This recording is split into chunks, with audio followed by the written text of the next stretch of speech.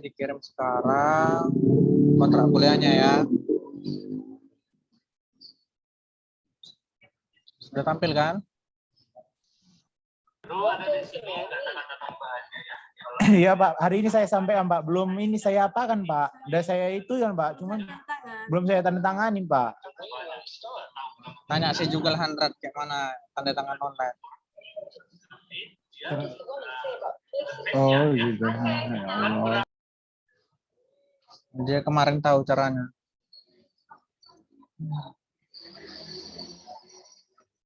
Sudah, untuk absensinya udah diisi? Sudah Pak.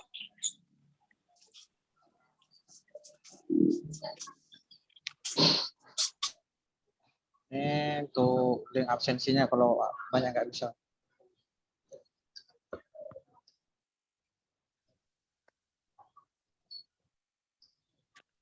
Nah, itu link absensinya. Jadi materi kita konsep dasar pemrograman berorientasi objek.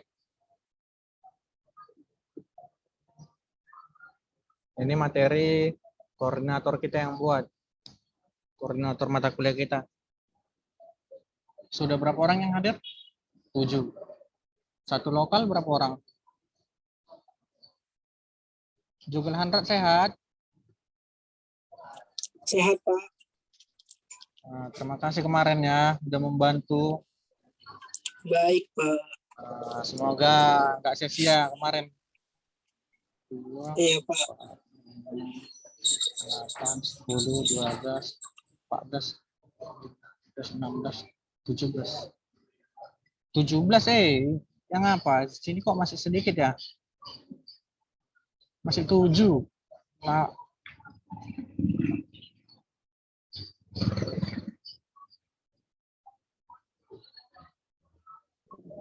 kita lanjut saja ya. Nanti waktunya habis gitu saja. Bisa kita lanjut? Bisa, Pak. Karena durasinya 40 menit. Ya. Oke, di sini kita masuk materinya konsep dasar pemrograman berorientasi objek. Jadi kalau nanti ada suara kereta, suara apa, agak maklum dikit ya, karena Bapak lagi di luar, belum sempat pulang ke rumah. Jadi di sini apa sih OOP itu? Jadi OOP yaitu pemrograman berorientasi objek.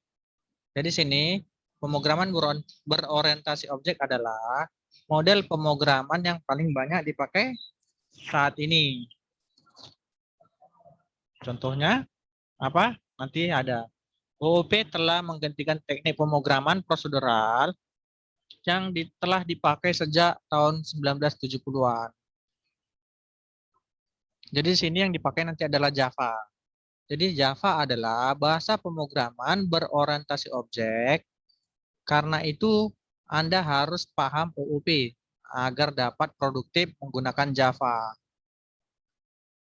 Seperti yang pernah Bapak bilang, program Java banyak untuk membuat game seperti game puzzle, game catur, game biliar, banyak lagi. Semuanya pasti sering kalian install. Pemrograman yang berorientasi objek akan terdiri dari objek-objek. Objek-objek ini sering sekali mempresentasikan apa yang ada di dunia nyata. Jadi ini istilah-istilah yang harus kalian ketahui di OOP. Yang pertama, kelas. Kedua, objek. Yang ketiga, enkapsulasi. Yang keempat, abstraksi. Yang kelima, pewarisan. Yang keenam, polimorfisme. Yang ketujuh, instansion dan instant. Kemudian yang kedelapan, instant variable. Yang terakhir, metode, modulator, dan akselerator metode.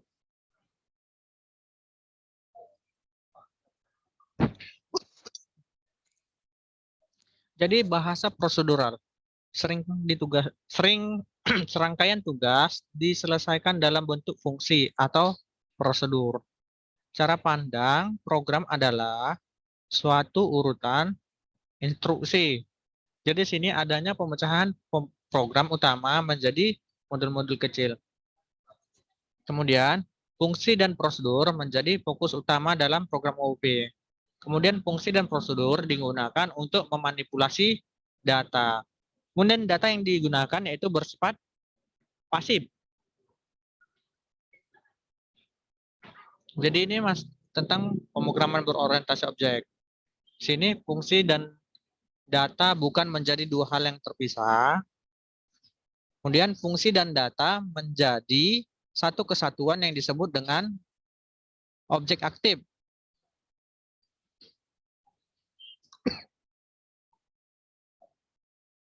Kemudian cara pandang program adalah serangkaian objek yang bekerja sama dalam menyelesaikan masalah. Prosedural vs OOP. Jadi di sini prosedural fokus terhadap cara kerja komputer dalam menyelesaikan tugas. Kemudian OOP di sini fokus terhadap objek yang digunakan.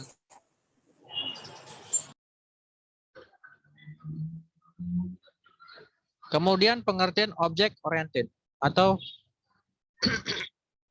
orientasi objek, yaitu suatu paradigma yang menggunakan objek dengan identitas yang membungkus properties dan operasi, melewatkan pesan dan inheritance untuk menyelesaikan domain permasalahan.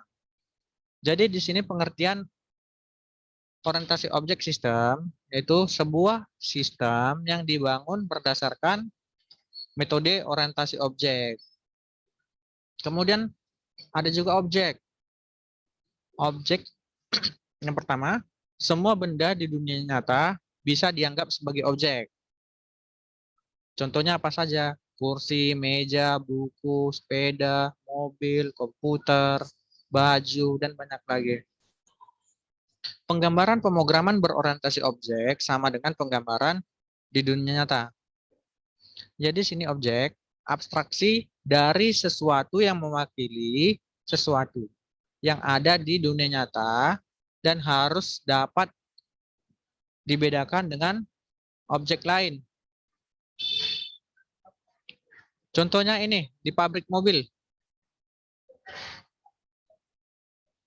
Sebelum seorang mengendarai mobil, tentu saja kita atau Anda harus membuat mobil tersebut terlebih dahulu. Betul tidak? Sebelum orang membuat mobil, mobilnya dibuat dulu kan di pabrik? Betul tidak? Halo? Betul, Pak.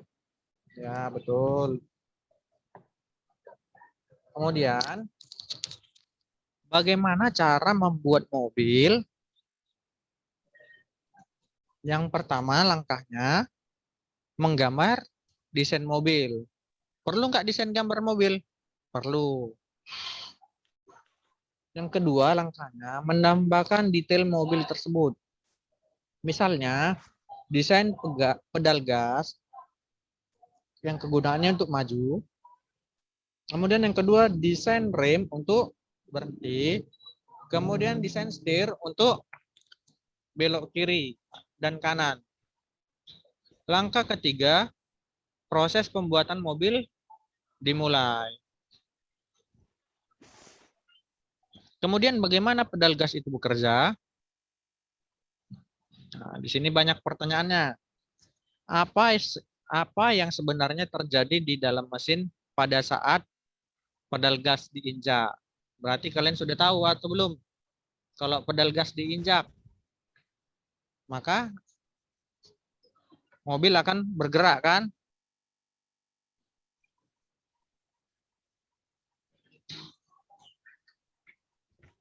Menurut kalian kalau pedal gas mobil diinjak, mobilnya berhenti aja atau gimana? Bergerak, Pak.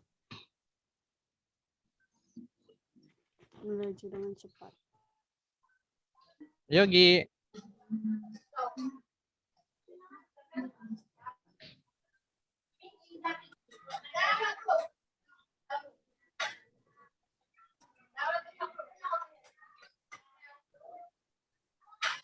Halo, yang lain bagaimana?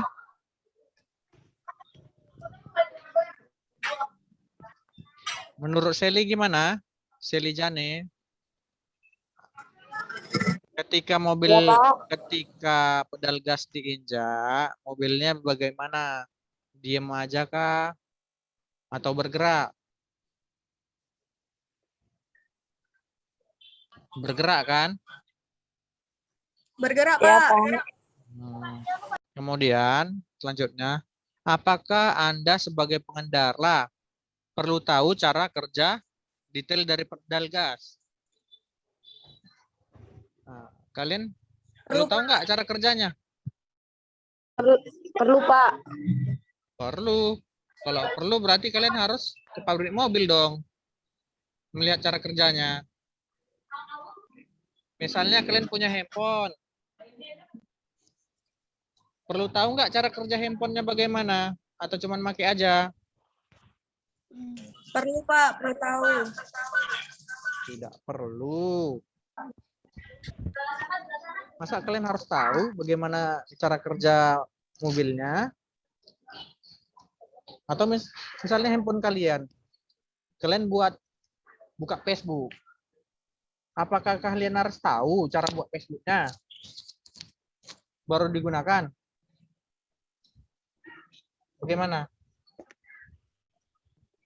Enggak, Pak.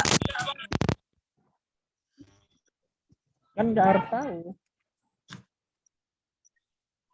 Nah, jadi di sini tentu tidak. Yang perlu Anda ketahui hanyalah bahwa kalau pedal gas diinjak akan mempercepat laju mobil. Artinya, detail dan cara kerja pedal disembunyikan dari penggunanya. Jadi Anda cukup tahu aturan dan fungsinya saja. Sama seperti handphone. Makanya dibuat buku untuk aturan pemakaiannya. Dibuat buku untuk cara membuatnya. Kemudian di sini desain mobil untuk objek mobil. Kemudian jadi kesimpulannya, sebelum Anda membuat objek mobil, seseorang harus merancangnya terlebih dahulu. Di dalam rancangan tersebut, semua detail cara mobil disembunyikan dari penggunanya kelak. Setelah desain mobil dibuat, maka kita dapat membuat berbagai objek yang diinginkan. Ini dia. Ada mobil balap, ada mobil ambulan. Jadi bisa berbagai jenis objek yang dibuat. Kemudian apa hubungannya dengan OOP? Sama halnya dengan penyembunyian detail pedal pada sebuah mobil. Di OOP, kita menyembunyikan detail pemrograman dalam sebuah metode fungsi. Jadi di sini detail pemrogramannya disimpan di dalam sebuah metode. Kemudian metode-metode ini dibuat dan disimpan bersama di dalam suatu desain yang disebut dengan kelas.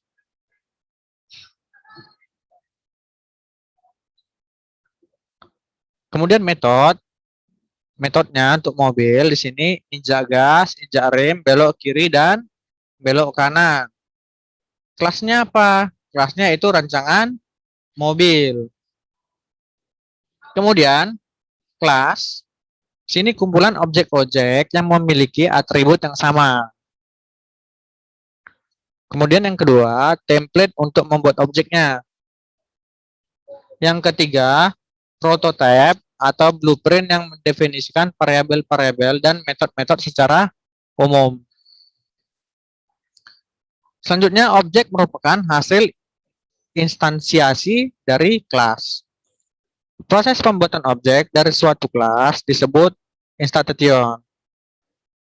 Objek disebut dengan instance. Ingat ya, proses pembuatan objek dari suatu kelas disebutnya instantiation. Kemudian untuk objeknya disebut dengan instance. Kemudian analogi kelas dan objek.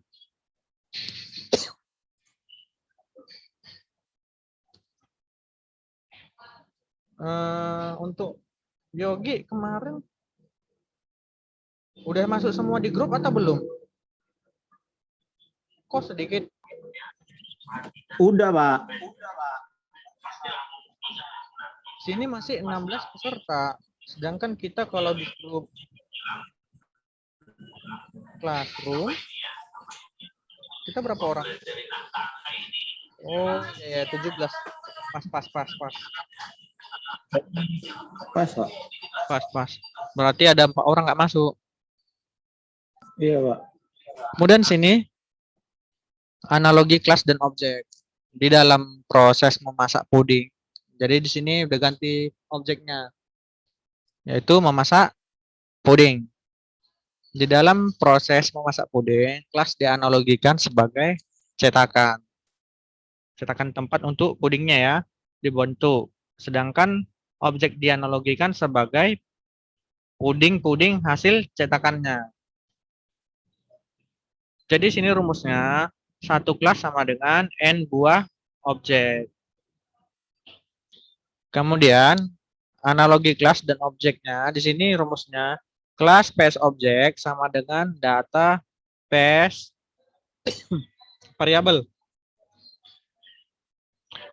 Untuk atribut, di sini data yang membedakan antara objek yang satu dengan yang lain. Contohnya adalah manusia. Jadi di sini manusia adalah salah satu makhluk hidup. Apa saja yang menjadi atributnya pada manusia? Ada statusnya misalnya lajang kah, sudah menikah atau belum. Status kan ada 2 kan, sudah menikah atau belum menikah. Kemudian berat badan, kemudian tinggi badan. Di dalam kelas atribut disebut sebagai variabel. Selanjutnya instant variabel. Di sini, yang pertama atribut untuk tiap objek dari kelas yang sama.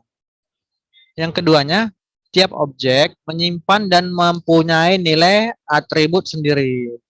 Kemudian yang ketiga, tiap objek dari kelas yang sama boleh mempunyai nilai yang sama ataupun berbeda. Kemudian kelas variabel. Jadi di sini, atribut untuk semua objek yang dibuat dari kelas yang sama. Yang kedua, semua objek mempunyai nilai atribut yang sama. Yang ketiga, semua objek dari kelas yang sama mempunyai satu nilai yang sama. Kemudian di behavior-nya, apa saja yang dibahas di behavior di sini?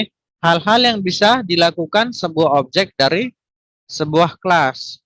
Yang kedua, yang digunakan untuk mengubah nilai atribut sebuah objek, menerima informasi dari objek lain, dan mengirim informasi ke objek lain untuk menyelesaikan suatu task. Kemudian, contohnya pada manusia, yaitu mengerjakan tugas kuliah, kemudian mandi, kemudian tidur, dan makan. Selanjutnya, dalam sebuah kelas, behavior sering disebut sebagai metode. Kemudian, pada metode di sini yang pertama, serangkaian statement dalam suatu kelas yang menghandle suatu task. Yang kedua, cara objek berkomunikasi dengan objek lain adalah dengan menggunakan methods. Jadi contohnya ini, pada binatang ada atribut. Atributnya apa saja pada binatang? Bisa kaki, bisa telinga, bisa mata, bisa mulut. Kemudian, apa saja yang menjadi metodenya? Metodenya yaitu bahwa semua pada atribut ini melakukan aktivitas. Aktivitasnya apa saja yang dilakukan? Kaki untuk berjalan, telinga untuk mendengar, mata untuk melihat, mulut untuk berbicara. Jadi kira-kira seperti ini nanti untuk pengklasifikasiannya pada program. Jadi misalnya ini, kelas lagu. Kelas lagu ini masuk ke dalam nama kelas. Kemudian, bagian yang kedua, karakter judul, panjangnya 35, karakter penyanyi panjangnya 25, kemudian integer durasi. Ini termasuk dalam instant variable. Kemudian di bagian yang ketiga, void check underscore durasi dalam kurung integer durasi. Kemudian if durasi lebih besar sama dengan 0. Kemudian sistem titik out titik println dalam kurung valid. Jadi yang ketiga ini termasuk dalam metode. Kemudian konsep dasar OOP. Di konsep dasar OOP ini apa aja yang dibahas? Ada enkapsulasi, ada pewarisan, ada polimorfisme.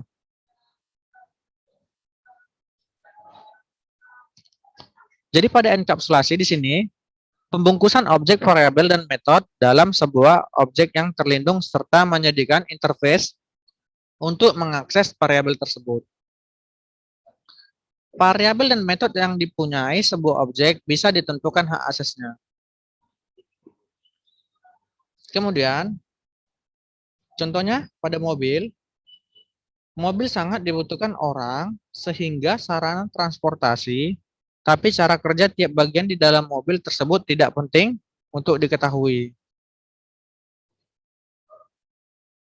Ini dia untuk inheritance. Di sini ada kelasnya mamalia. Kemudian di sini ada predator, ada untuk pet dog. Di predator ini kalian lihat nih gambaran singa, di pet dog ini ada gambar dog. Kemudian di inheritance yang pertama, pewarisan atribut dan metode dari suatu kelas ke kelas yang lainnya. Kedua, kelas yang mewarisi yaitu superclass. Kemudian, kelas yang diwarisi yaitu subclass. Pada subclass bisa menjadi superclass bagi kelas yang lainnya. Keuntungannya apa? Keuntungan inheritance yaitu subclass bisa menyediakan behaviornya sendiri. Yang kedua, mungkin mempergunakan ulang shortcode dari superclass. Yang ketiga, bisa mendeklarasikan superclass yang bersifat generik. Kemudian, ada single inheritance. Di single inheritance apa aja? Yang pertama, satu kelas hanya diperbolehkan mempunyai satu superclass. Bahasa yang digunakan yaitu bahasa pemrograman Java. Selanjutnya di multiple inheritance. Suatu proses diperbolehkan mempunyai lebih dari satu superclass. Kemudian, variabel dan metode yang diwariskan merupakan kombinasi dari para superclass-nya. Bahasa pemrograman yang digunakan pada multiple inheritance yaitu bahasa C++. Kemudian di sini ada polimorfisme. Di polimorfisme ini ada manusia di sini now speak, berarti berbicara. Sedangkan di gambar bebek ini dia ngomongnya menggunakan bahasa quack. Kemudian pada gambar dog ini dia menggunakan kata walk, berarti menggonggong kan? Kemudian pada gambar cat dia meow. Jadi semua mempunyai yang beda-beda. Jadi di polimorfisme sini kemampuan satu objek untuk mempunyai berbagai bentuk. Untuk polimorfisme diturunkan dari bahasa Latin, yaitu poli yang berarti banyak dan morph berarti bentuk.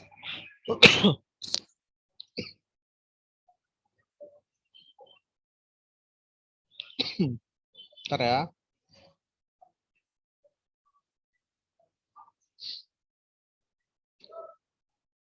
Jadi polimorfisme sendiri berarti sesuatu yang memiliki banyak bentuk. Sebagai contoh adalah sebuah objek wanita berperan yang mungkin dimiliki. Jadi peran wanita itu di sini ada banyak. Yang pertama, bagi suami, maka dia berperan sebagai istri. Betul atau tidak? Bagi kalian para wanita, Kalau kalian sudah punya suami, maka peran kalian adalah sebagai istri. Tidak, apa benar? Benar. Hah? Usha, gimana? Iya Pak, benar. Nah, kemudian, di sini buat anak-anak, bahwa wanita itu berperan sebagai ibu. Di tempat kerja, maka si wanita itu akan berperan sebagai seorang karyawan. Karya. Di tempat kuliah, seperti kalian, maka berperan sebagai mahasiswi. Di tempat arisan, bahwa wanita bisa saja berperan sebagai ketua arisan. Jadi dari contoh di atas, bisa kita lihat bahwa wanita tersebut adalah orang yang sama, tetapi memiliki peran yang berbeda bagi orang yang berinteraksi dengannya. Di dalam pemrograman berorientasi objek, polimorfisme adalah sebuah fitur yang memungkinkan kita untuk memberikan arti atau penggunaannya yang berbeda bagi sebuah entitas dalam konteks yang berbeda-beda. Entitas bisa berupa variabel, metode, atau sebuah objek. Jadi di sini polimorfisme bisa dikategorikan umum bagi sebuah entitas dalam tindakan yang berbeda-beda. Oke. Cepat kan? 41 slide. Orang tinggal membaca. Ada yang mau ditanya? Yang terlambat pasti bingung.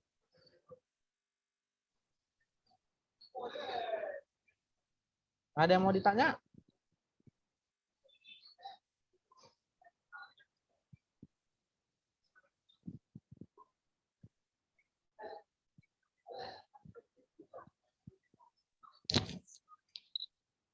Halo? Ada yang mau ditanya? Enggak ada, Pak.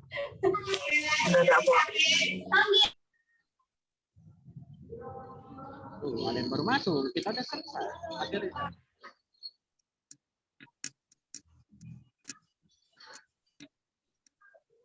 Kayak mana juga Handrat? Ada mau ditanya? Enggak ada Pak. Yogi, mana si Yogi nih? Kenapa nggak kau kirim-kirim Bang? Lupa saya Pak, ada saya tinggal tanda tangan aja Pak. Ah, kau WA si Jugal Handrat itu. Tahu dia cara tanda tangan online. Oh, oke Pak, oke Pak. Ya, kemarin diajarinya si Andi Rat. Tanda tangan online.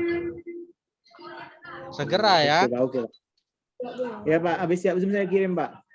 Oke. Timing kita di sini 10 menit lagi. Ada yang mau ditanya? Swita, ada mau ditanya? Enggak ada Pak. Shelly, gimana? Ada mau ditanya? Nggak ada. Kita akhiri aja.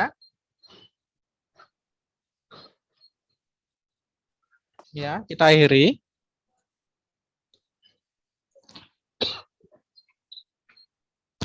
Bagaimana kita akhiri?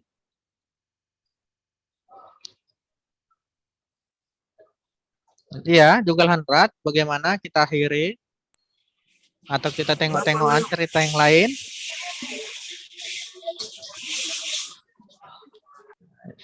Ya sudah, karena tidak ada pertanyaan, kita akhiri aja ya.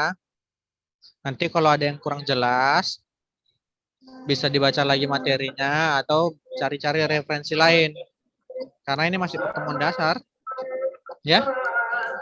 Oke? Ya Pak. Karena teman kita nanti sebentar lagi ada yang mau sholat. Jadi ya sudah, kita akhiri aja. Oke, selamat berjumpa minggu depan. Tetap jaga kesehatan semuanya. Bye-bye. Bye Pak. Selamat malam Pak. Selamat malam Pak. Makasih. Selamat malam Pak. Yo, selamat sore semua. Selamat.